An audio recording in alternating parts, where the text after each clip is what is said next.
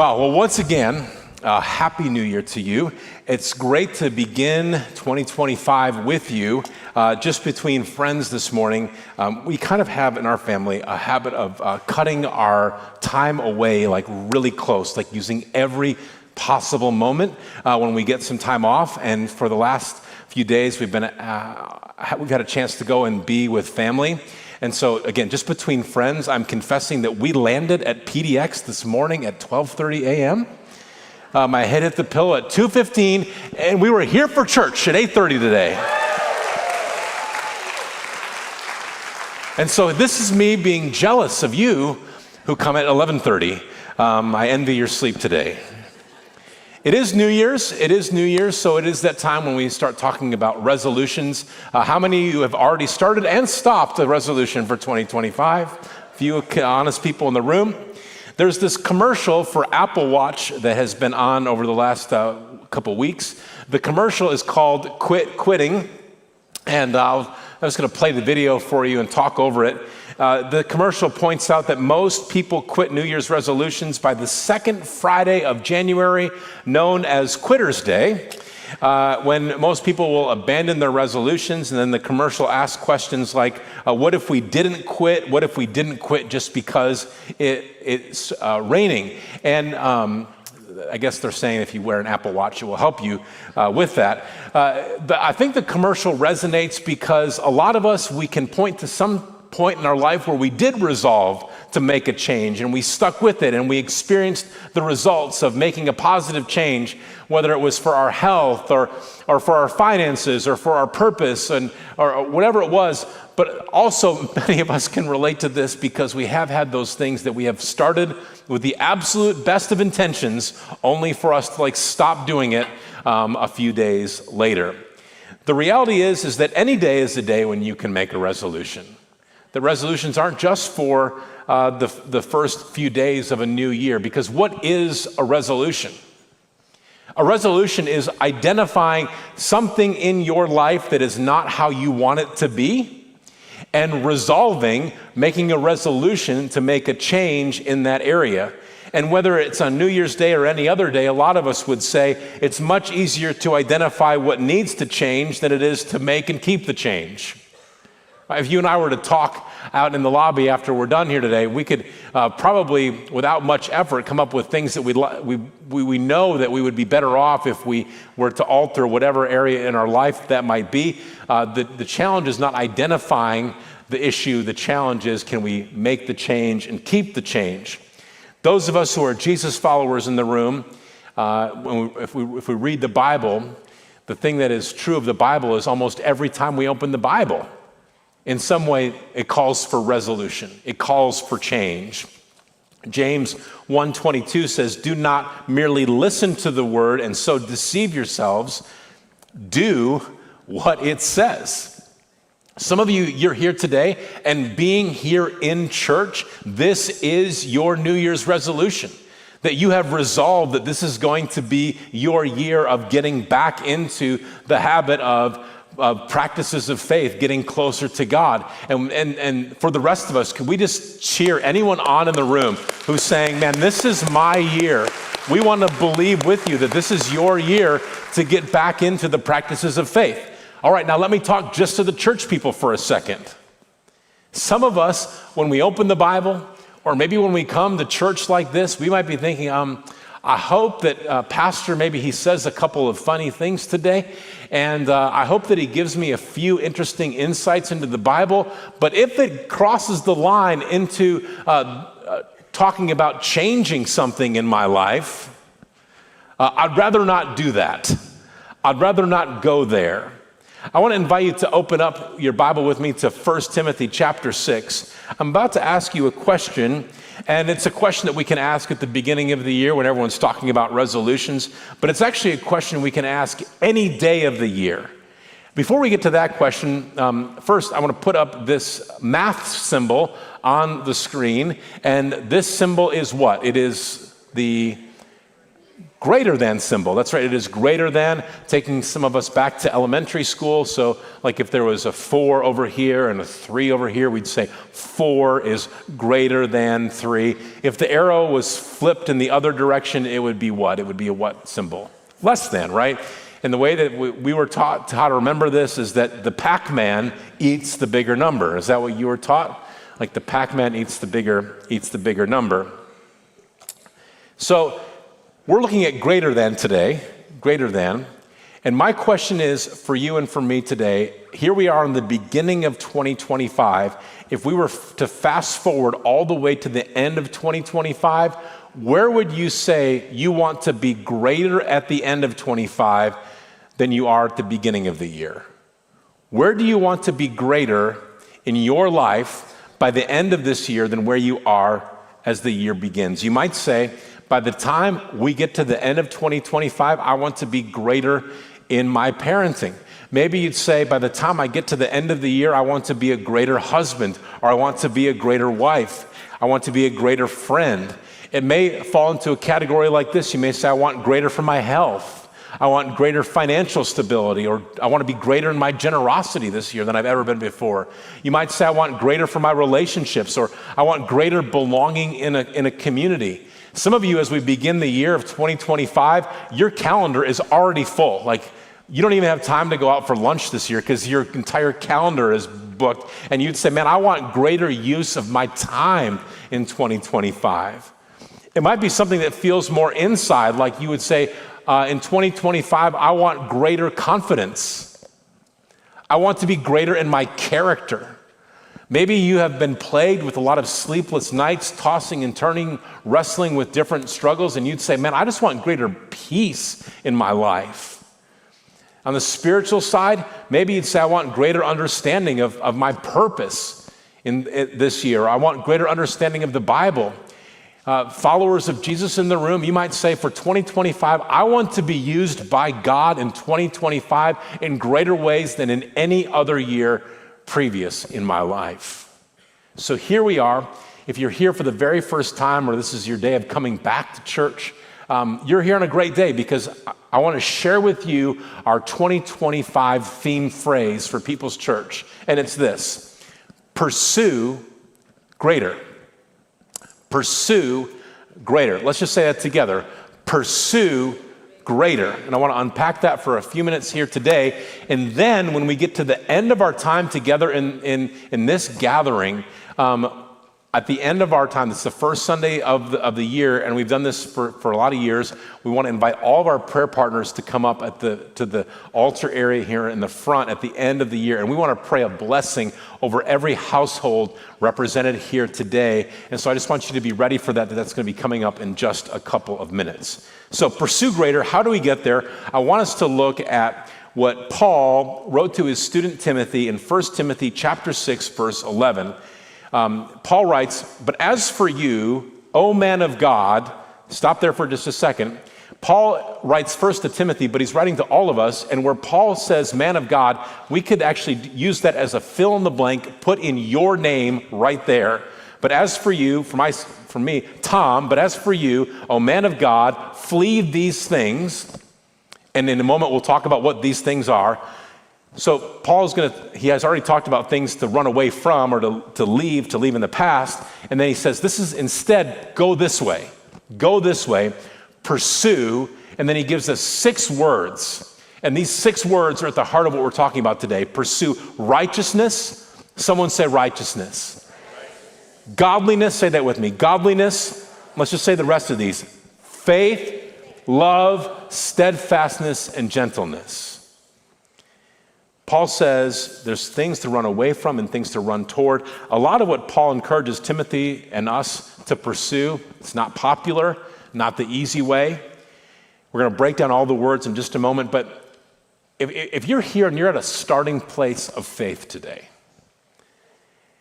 in order for the rest of this to fall into place, it must begin with an acknowledgement and understanding in your life that you are not the highest power.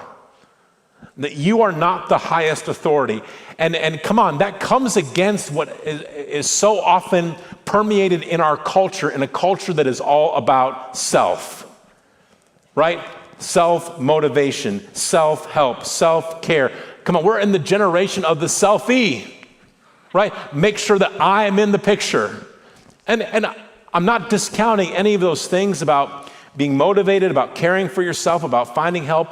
And man, I love taking selfies, right? But the point is that our culture can drift to this place where we place self above everything else. And in order to get the rest of this, your heart and your mind at least has to be open to the premise that God is the highest authority, that God is the highest standard, that He is the greatest influencer. And that may go against your grain of thinking because culture says things like what?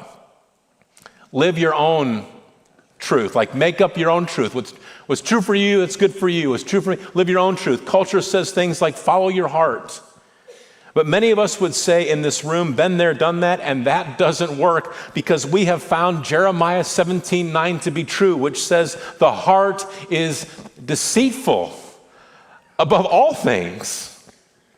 It's also possible that as we jump into a conversation about pursuing greater in 2025, you might be thinking, I'm just exhausted with trying to keep up with what I've got going. The thought about pursuing anything different or anything more is just overwhelming to me. You might say, even today, I've been there, I've tried that, it doesn't work. You get caught, you might say, up in the comparison game, and I feel too flawed. It's just, I'm too busy. When I see myself as it relates to other people, I feel like I'm too far behind and I never could get caught up. It feels like it just will demand too much. Can I just remind us in the room today that Jesus started this movement that we now call Christianity with everyday people like fishermen, not spiritual elites, not the most educated. He did it with everyday people.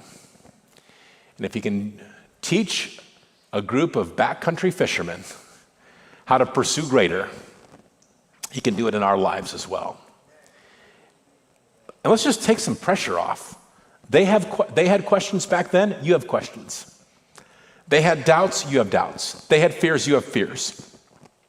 It's not about changing everything all at once. It's not about quick fixes. It's not about the necessity of understanding everything all at once or even accepting everything immediately. It's about this. It's about an openness and a willingness to follow Jesus and allowing the Bible to speak to your life. And if you can be in that place today, then you have opened yourself up to God doing a mighty work in your life. So there are 4 accounts of the gospel, which is Jesus' life, death, and resurrection: Matthew, Mark, Luke, and John. And the way that Matthew lays out his account of the gospel, the Sermon on the Mount, comes very early in Jesus' ministry. The Sermon on the Mount is probably the most well-known sermon in all of world history, but it may also be the least applied. And before Jesus even jumps into the Sermon on the Mount, we get this description of the scene. Matthew 5:1, seeing the crowds, he went up on the mountain, that's Jesus, and when he sat down, his disciples came to him. Here's why I wanted to show you this today. Jesus went up a mountain, not a theoretical mountain, not a mountain in the mind. He went up an actual physical mountain. He made a climb. It was a physical climb that required effort and determination. Now, scholars have debated exactly what mountain is this. There's not necessarily agreement there, but most would agree that the area that Jesus was speaking about was the Sea of Galilee, which you can see on the picture behind me. Now, I don't know by Oregon standards if we would call these mountains, but in Israel, they're mountains, and Jesus went up one of them.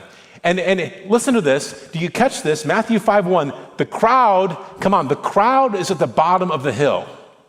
Jesus goes up, and those who want to be close to Jesus actually have to do something that is physically exerting to be at the feet of Jesus. They had to put in some effort. The disciples have to do something physically demanding to be near Jesus and to receive that life-changing teaching. And really, it was an early preview of what was to come. Following Jesus with a desire to be more like Jesus, to serve Jesus all in. Come on, it's not a float down the lazy river. It was then, and it is now demanding. And before we go too far down this path, it's important to clarify that we're not talking about works or efforts in an effort to earn God's grace. We're not talking about earning his forgiveness or even earning salvation. Our efforts are not for the purpose of earning God's attention. It's not for the purpose of earning God's love. Listen, God created you. God loves you. God knows you, and he wants you to know him. Jesus gave his life for you. Salvation is offered freely. Grace, mercy are offered to you as gifts of the Lord. There's no work that you have to accomplish to begin following Jesus. That's not what I'm saying. Here's what I am saying. Pursuing greater is not about earning God's love, but responding to his love. Striving for greater faithfulness, striving for deeper love, striving for a more godly character is desiring a change that happens from the inside out. So the journey of the disciples, it absolutely would be demanding spiritually. They would ask a lot of questions. They would make a lot of mistakes. And thankfully, we get to read about those mistakes 2,000 years later. There was a lot of explaining by Jesus over and over and over and over again. It was demanding physically and it was demanding relationally. The fishermen set aside their occupations and relationships so that they could follow Jesus. They walked long roads. There was early mornings. There was late nights. There were nights when they felt absolutely exhausted, and Jesus said, no, we're going to see some more people. We're not done yet, boys. They walked long roads and they stayed in unfamiliar places and slept in unfamiliar homes. Decades later, after the death and resurrection of Jesus, the early church is growing and expanding, and this former religious elite named Paul, who used to terrorize Christians, he becomes a Christian. He travels the Roman Empire, he starts churches, he writes letters that make up a big portion of what we now call the New Testament, and one of those letters goes to his student Timothy. We already looked at one of these verses. Now I want to show you some of the surrounding context. 1 Timothy chapter 6, verses 9 through 12. But those who desire to be rich, Paul writes, but those who desire to be rich fall into temptation, into a snare, into many senseless and harmful desires that plunge people into ruin and destruction. For the love of money is a root of all kinds of evil. It is through this craving that some have wandered away from the faith and pierced themselves with many pangs. But as for you, once again, this is the place where you can put your own name. But as for you, O man of God or a woman of God, flee these things. All right, what are we supposed to do instead? Pursue righteousness. Let's just say these together, starting with righteousness. Pursue righteousness, godliness, faith, love, steadfastness, gentleness. Fight the good fight of the faith. Take hold of the eternal life to which you were called and about which you made the good confession in the presence of many witnesses. So let's just talk for a moment about what Paul says to run from. Now, highlighted here is the pursuit of money, and it's not just money. It could be the pursuit of influence. It could be the pursuit of pleasure. It could be the pursuit of accumulating possessions. And money is not inherently good or bad. It's an instrument. Speaking of instruments, we got a new drum cage. The drummers in the house are thrilled. An instrument, you could pick up, some of you, people like me cannot, but someone could pick up this guitar and you could use the guitar to play a song that glorifies God. Someone else could pick up the same instrument, same strings, same construction, and they could use that same guitar to play a song that offends God, right? It is the instrument. The question is, what is it going to be in the hands of the person who plays the instrument? So it is with money, right? It's an instrument. Some of you have been blessed and you have been trusted with the ability to steward incredible resources, incredible giving, which Paul describes generosity as a spiritual gift, and it is. Paul says, what is actually destructive? It's not money, it is the love of money, where money takes a higher place, a higher priority in your life than your relationship with the Lord. You can give yourself to the pursuit of status, to the pursuit of possessions, to the pursuit of pleasures. But what many of us have already learned is that when those things get placed above our relationship with God the Father, following Jesus, if those things get placed above following Jesus, it ultimately ends up leaving us empty. So here's what Paul says: do this instead. Pursue righteousness, godliness, faith, love, steadfastness, and gentleness. In the last couple minutes that we have together this morning, I just want to break down these words because they sound like church words, but if we pause for just a moment to understand what these words mean, it is so powerful and the potential to have a great impact on our life. So let's start with righteous. Say righteous. Righteous. Righteous means there's a right and the wrong in the world, not as we define right, but as God defines right. And we can simply understand righteous living as doing the next right thing. Doing the next right thing. Do the next morally right thing. To pursue righteousness is to pursue what God says is right. And church, I believe we have opportunities to do this multiple times a day. Do the next right thing. If righteousness is about how we act, speak, and think, the next word, godliness, is about the why. Someone say godliness. So listen to me. If righteousness is about how we act, speak, and think, about the action, godliness is about the why. Godliness is a reverence. It is a respect. It is a desire deep from within to honor God. Righteousness is the action. Godliness is the attitude. Godliness is an attitude that I want to become more like Jesus in the way that I think. I want to do the right thing and do the right thing for the right reason. Maybe you know somebody, you might even, in a moment of honesty, say this has been you. Maybe you've done the right thing, but it's not been for the right reason. The motive has not been pure.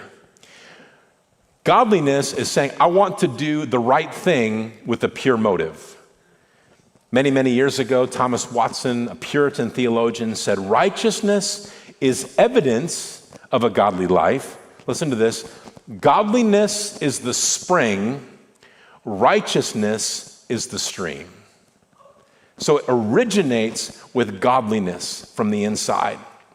All right, we're moving through these words. The next four, faith, love, steadfastness, and gentleness. Listen to this. These really speak to how we respond when life gets difficult. When the relationship breaks down, when we get a devastating medical report, when we lose the job, when whatever happens to you is not fair, when it's not going your way, when someone else gets the spot that you think is coming your way, or how about this, when you mess up and you're living in the consequences of your bad decision. How do we respond? How about this? Faith. Someone say faith. Faith is trusting that God is who he says he is. Trusting that his promises are good. Come on now, it's easy to be a person of faith when everything's going well. But how about when the pressure's on, when life gets tight, when it gets difficult? That's when we are called to be people of faith. When things get difficult, where do you place your trust? We have choices. We can place trust in ourselves. We can place trust in our family. We can place trust in money. We can place trust in a lot of different places. But faith says above everything else, above everyone else, my trust is in God. Jesus actually says God the Father knows what you need before you even ask. That's faith. That's faith. The opposite of faith would be a desire to control everything and everyone and becoming very frustrated when you're not in control. And if you're frustrated when you're not in control and as a result you try to control everything and everyone, you're frustrating everyone around you. You're driving them crazy. Faith says, I trust that God sees a much bigger picture than I see. I see this little sliver, but I have to trust. I'm trusting by faith that God sees a much bigger picture than what I see. I'm trusting in what the word says, that his thoughts are higher than my thoughts, that his ways are higher than my ways. How about this? Love. Next word, love. Say love. Love is to put the needs of others above your own. The original Greek word here is agape love. Those of you who know your Bible know that there are multiple words in the Bible that are translated into the English word love. This is the word agape love. This is the love that God has for humanity. It's not just feelings. It's not just warm fuzzies on the inside. It's action. God's action of love was to send his son, Jesus Christ, to give his life for us. Listen to this. Love is, I want the best for you. I will do the best for you, even when it's not easy, comfortable, or convenient for me. Steadfastness. Say steadfastness. Not necessarily a word we use a lot. Other translations say perseverance or endurance. Being patient, sticking with it, trust in God's timing. And once again, it is helpful to look at this through the lens of when things are not going well, when the pressure's on, when life gets difficult, when you're dealt a challenging set of circumstances. Because in those times, being steadfast, being a person who perseveres, enduring, it's difficult. Because when things get difficult, our tendency is to move to the path of least resistance. Culture says just shift. Just go to the path of least resistance. Steadfastness says, no, I'm gonna hang in there. I'm gonna be patient. I'm gonna stick with it. I'm gonna trust not in my timing, but in God's timing. I'm not gonna try to short circuit God's timing for this. And the last word, gentleness. Let's say that together. Gentleness. Gentleness. Gentleness is being kind. It's being calm. Much easier when things are all going our way.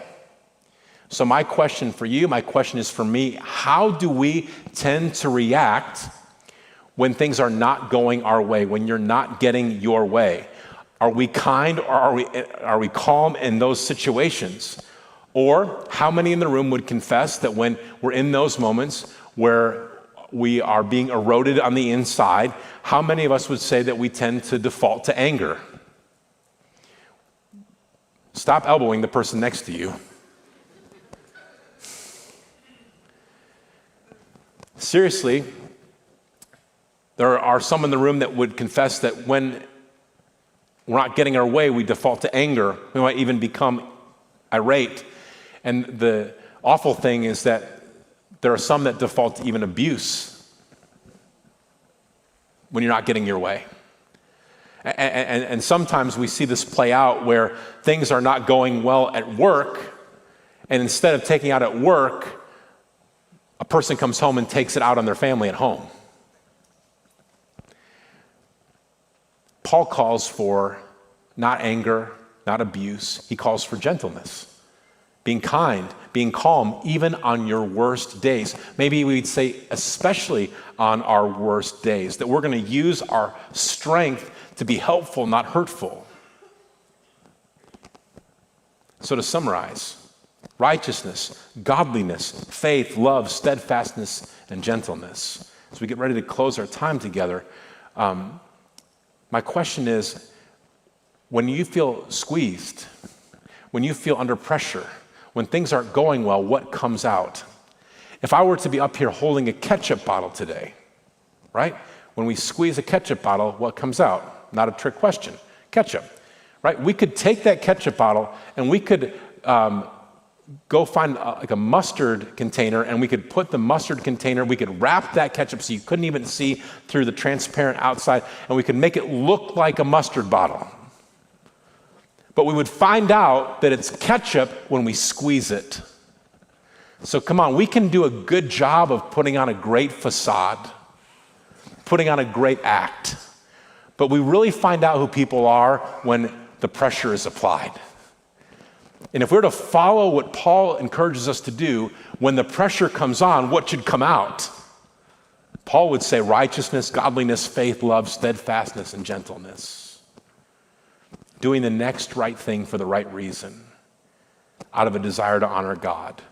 When life gets difficult, trusting God above all other things for the unknowns. Putting the needs of others above yourself, even when it's not easy, even when it's not comfortable, even when it's not convenient. Sticking with it when the easier option is to give up. Being kind in situations where we may have a tendency to get angry. Paul writes, pursue these qualities. And I just want you to keep in mind that Paul is not just writing this to Timothy so that Timothy can be a better human being. He's training Timothy to carry out the work that God has called him to do. So if you want to be effective in the work that God is calling you to do, Paul would say these are the character qualities that you need to pursue. And follow me here. All those things we talked about at the beginning, being a better parent, better husband, better wife, being better with finances, growing in confidence, growing in inner peace, growing in all those areas, growing in understanding of God's character. If we start with these 6, some of you are nodding your heads because you know where this is going. If you start with these 6, the rest of those things tend to follow.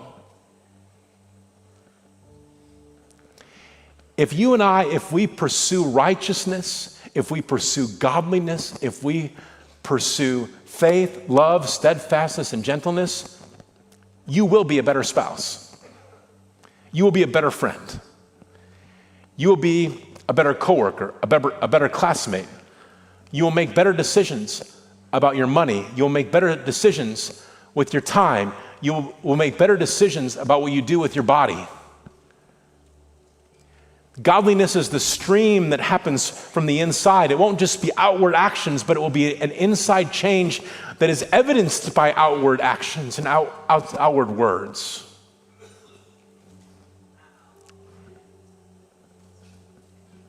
And we've already said this is not easy. But if we were to take away one thing from today, it might be this. Pursuing God's version of greater is both the most challenging and the most rewarding. Don't miss that second part. Pursuing God's version of greater is both the most challenging and the most rewarding way to spend a life. What would happen in our church family? What would happen in our city and the surrounding areas if each one of us would pursue greater righteousness? If each one of us would pursue greater godliness, greater faith, trusting that God is who he says he is, greater love, preferring others above ourselves, even when it's not easy, comfortable, or convenient, pursuing greater steadfastness, not giving up when it gets difficult, pursuing greater gentleness, being kind instead of defaulting to anger. And the last thing I want to leave you with, you already know this. The word pursue, it means intentionality. Pursue is the opposite of we don't just stumble into it. We don't just end up there by default. Pursue, think about something or someone you pursued. There was a time when I met Jennifer and I pursued her to become my wife. You might be here today and you'd say, I pursued a college degree. You pursued a training certification or a license to be able to do what you do. Maybe you pursued the ability to compete in a long-distance race or an Ironman. Maybe you pursued sobriety so that you could be free from the chains of addiction. Maybe you pursued opening and running your own business so that you could be your own boss. Perhaps you pursued investment strategies to be in a certain financial position. What all those things help us to understand is that we don't just stumble into it. It requires intentionality. It does not happen automatically. It requires prioritizing. It requires letting go of some things. It requires setting our sights on a specific goal. So, what are you going to do in 2025 to pursue greater? Our vision is to be a Christ-centered community, growing spiritually thriving households. Maybe for you, it's to commit to being in the Bible every day. I'm trying a new thing this year. It's not a new thing, it's a new thing to me. One of my friends for many years, he's done the daily audio Bible. It's an app that you can put on your phone.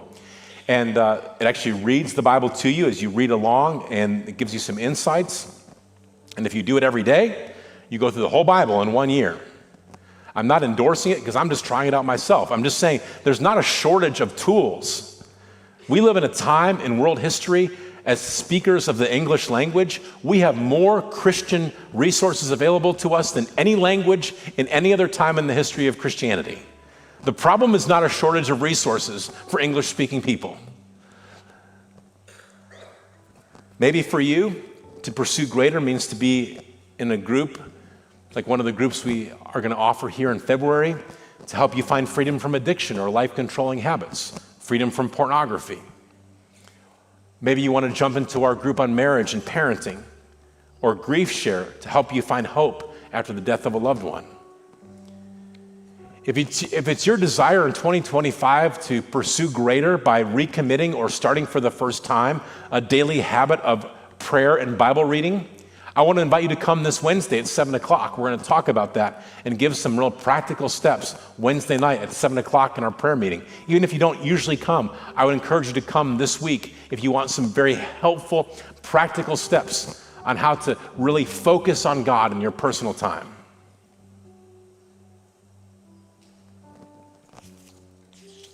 So here we are. What is the date today? It's January 5th. So we have 360 days to go. And it can be overwhelming if we start to think about all 360 days. But what if on January 5th, we start with thinking about January 5th, and then January 6th, and then January 7th? Because I don't believe that any of us are going to have to wait months or even weeks to do the next right thing for the right reason.